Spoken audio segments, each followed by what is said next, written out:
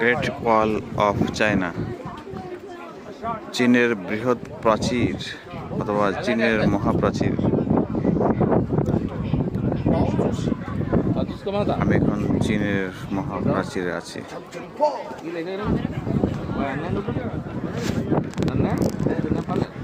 এটা পৃথিবীর সপ্তাচার্যের একটি, পৃথিবীর সপ্তাচার্যের একটি, আসলে সপ্তাচার্য 4000 বছর আগে, শুনেছি 4000 বছর আগে তৈরি হয়েছে। এখনো হচ্ছে, রিফাইন করে মাঝে মধ্যে, হয়তো মাঝে মধ্যে ঠিকঠাক করে কিনা জানি না, কিন্তু মূল ভিত্তি কিন্তু 4000 বছর আগে করা। এত উপরে কেন তারা এটা বানাতে গেল? পাহাড়ের মাঝখানে উঁচু উঁচু পাহাড়, সমতল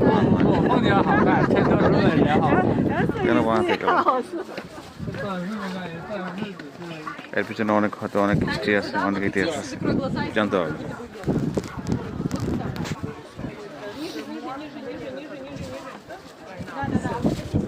চারদিকে পাহাড়,